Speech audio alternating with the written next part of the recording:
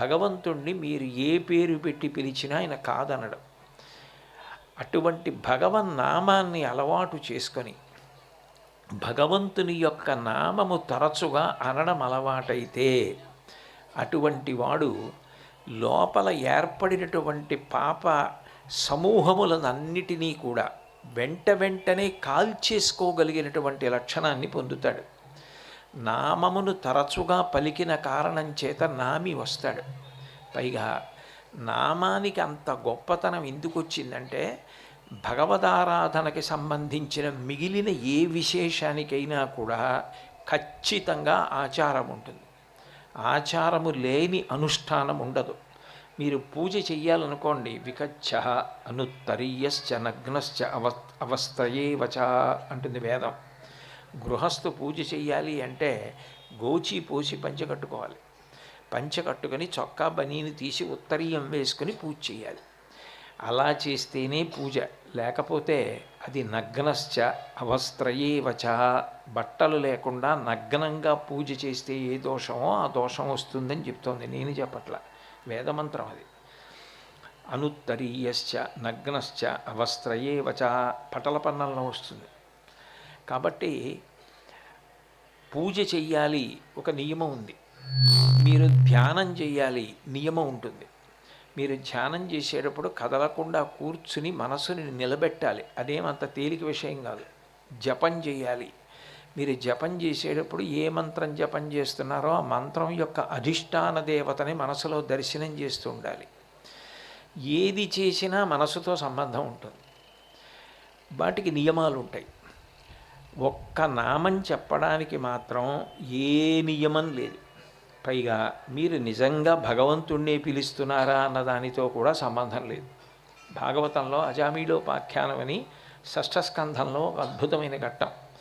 అందులో ఆంధ్రీకరిస్తూ పోతన గారు అంటారు, బిడ్డ పేరు పెట్టి పిలిచిననైన విశ్రామ కేళినైన పద్య గద్య గీత భావార్థములనైన కమలనయను తలుప కలుషహరము. పిల్లవాడికి భగవంతుడి పేరు పెట్టుకున్నాడు. కొడుక్కి షణ్ముఖ అని పేరు పెట్టుకున్నాడు. కూతురికి వల్లి అని పేరెట్టాడు. మనవడికి చంద్రశేఖర అని పేరెట్టాడు. మనవరాలికి మీనాక్షి అని పేరెట్టాడు. అస్తమానం ఎవరిని పిలుస్తాడు? అస్తమానం పిలిచేటప్పుడు రే షణ్ముఖ ఇలారా, మీనాక్షి ఇలారా, చంద్రశేఖర్ ఇలారా అంటూ ఉంటాడు. కూతురిని పిలిస్తే వల్లెమ్మ ఇలారా అంటుంటాడు. అవి ఎవరి పేర్లవి? భగవంతుని యొక్క నామాలు. కానీ ఆయన భగవంతుణ్ణి ఉద్దేశించి అంటలేదు, ఆయన కొడుకుని పిలవడానికి పిలిచాడు. బిడ్డ పేరు పెట్టి పిలిచిననైన, ఆఖరికి కడుపున పుట్టినటువంటి పిల్లవాడికి భగవంతుడి పేరు పెట్టుకుని ఆ పేరు పెట్టి మీరు పిలిచిన అది భగవంతుడి పేరు కాబట్టి దానికి ఉండేటటువంటి శక్తి దానికి ఉంటుంది. కాబట్టి బిడ్డ పేరు పెట్టి పిలిచిననైన, వేడి పాలున్నాయనుకోండి, తెలిసో తెలియకో చంటి పిల్లవాడు ముట్టుకున్నాడు అనుకోండి, వాడు చంటి పిల్లాడు పాపం, వాడికి ఏం తెలుసని చెప్పి చెయ్యి కాలకుండా ఉండదు, కాలి తీరుతుంది. బాగా చదువుకున్న ఆయన గొప్ప విద్వాంసుడు మరుగుతున్న పాలు మీద పోసుకున్నాడు అనుకోండి. కాబట్టి బిడ్డ పేరు పెట్టి పిలిచిననైన, వేడి పాలు ఎలా కాలుతాయో అలా మీరు పిల్లాడి పేరు పెట్టి పిలిచాననుకుని పిలిచినా దాని శక్తి దానికి ఉంటుంది. మీరు చంద్రశేఖరా అని పిలిచారు, పిలిచింది మనవణ్ణి, కానీ దానికి పలికేవాడు ఎవరంటే పరమశివుడు పలుకుతాడు. దానికి ప్రాసంగిక పుణ్యము అంటారు. నా పేరు పెట్టుకున్నాడు, కారణం నా పేరు 10 మాటలు అనొచ్చని పెట్టుకున్నాడు. వాడు మనవణ్ణి పిలిచినా నన్నే పిలిచాడని నేను లెక్కలోకి తీసుకున్నానంటాడు. ఇది చాలా విచిత్రమైన విషయం. ఇంట్లో ఉన్న వాళ్ళకి భగవంతుడి పేరు పెట్టుకొని భగవంతుడి పేరు 10 మాటలు పిలిచినా బిడ్డ పేరు పెట్టి పిలిచిననైన విశ్రామ కేళినైన, ఇటుపక్క ఓ 5గురు అటుపక్క 5గురు 2 భాగాలుగా నిలబడి ఆడుకుంటున్నారు. ఆడుకుంటున్నప్పుడు యువతల వాళ్ళందరూ కూడా ఏదో శివుడు, నందీశ్వరుడు, భృంగిరిట, చండీశ్వరుడు ఇలా పేర్లు పెట్టుకున్నారు. అవతల వైపంతా గోవిందుడు, కృష్ణుడు, మధుసూదనుడు, మాధవుడు ఇలా పేర్లు పెట్టుకున్నారు. పెట్టుకుని శివపక్షం విష్ణుపక్షం అని ఆడుకున్నారు సరదాకి. ఆడుకునేటప్పుడు అవతల వాళ్ళని విష్ణునామాలతో, అవతల వాళ్ళు యువతల వాళ్ళని శివనామాలతో పిలుచుకుంటూ ఆడుకున్నారు. ఆడుకునేటప్పుడు అందులో మధుసూదన నువ్వు ఓడిపోయావు అన్నా కూడా ఈశ్వరుడేమనుకోడు. మధుసూదన అన్నాడు కదా, యువతల వైపు నందీశ్వర నువ్వు ఓడిపోయావు అన్నా కూడా ఆయన పట్టించుకోడు. ఎందుకనంటే నా నామం పలుకుతున్నాడా లేదా ఆడుకునేటప్పుడు, అది ఆయనకి కావాలి. విశ్రామ కేళినైన పద్య గద్య గీత భావార్థములనైన, మీరు ఒక పద్యం చెప్పండి, లేకపోతే ఒక పాట పాడండి, లేదా 4 వాక్యాలు చదవండి, అందులో భగవంతుని యొక్క నామము ఉంటే పద్య గద్య గీత భావార్థములనైన కమలనయను తలుప కలుషహరము. తెలిసి కానీ తెలియక కానీ మీరు భగవంతుని యొక్క పేరు పలికితే దాని ఫలితం అది ఇచ్చేస్తుంది.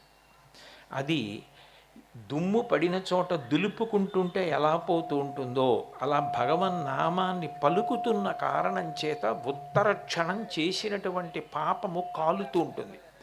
అగ్ని ఎట్లా కాలుస్తుందో భగవంతుని యొక్క నామమును పాపరాశిని అట్లా కాలుస్తుంది. దానికి ఉండేటటువంటి గొప్పతనం అది కలియుగంలో. కాబట్టి భగవంతుడి నామం పలకడం కన్నా తేలిక మార్గం ఇంకా ఏదీ లేదు. కలియుగంలో ఎంత తేలికగా తరించిపోతారు. సాధారణంగా మంచం మీద పడుకుని ఉండగా ఏ పని చేయకూడదు, ఉత్తమ కర్మలు చెయ్యరు. మంచం మీద పడుకుని ఉండడం అంటే అది తమోగుణం కాబట్టి దాని మీద పవిత్రమైన వస్తువులు కూడా పెట్టరు మంచం మీద. అటువంటిది మంచం మీద పడుకుని నిద్రపోతూ ఉండగా పీడకలు వచ్చిందనుకోండి, గోవిందా గోవిందా గోవిందా అంటే చాలు. దుస్వప్నే స్మరగోవిందం, దుస్వప్నం వచ్చినప్పుడు గోవిందా అనుకుంటే పీడకల ఫలితం పోతుంది. నేను ఇలా నడిచొస్తున్నప్పుడు నాకు అనుమానం వచ్చిందనుకోండి, నా శౌచానికి భంగం ఏర్పడింది, ఎవరో తగినంత శౌచంతో లేకుండా కొంత అపవిత్రమైనటువంటి లక్షణంతో ఉండి నన్ను ముట్టుకున్నారనో, లేకపోతే నేనే ఏ బురదో కాళ్ళకి అంటుకుని ఉండిపోయిందనో, అశౌచం కలిగింది, కొంచెం తేడా వచ్చింది శరీరం యొక్క శుభ్రతకి అని అనుమానం వచ్చిందనుకోండి, ఇప్పుడు నేను వెళ్ళి ఎక్కడ స్నానం చేసిరాను?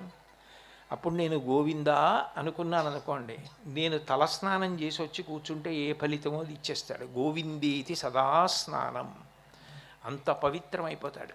అంటే స్నానం మానేసి గోవిందానమని కాదు, స్నానం చేయడానికి అవకాశం లేనప్పుడు గోవిందా అనుకుంటే చాలు పవిత్రమైపోతాడు. అంటే పెద్ద పెద్ద శక్తులన్నీ భగవంతుని యొక్క నామమునకు కలిపేశారు కలియుగంలో.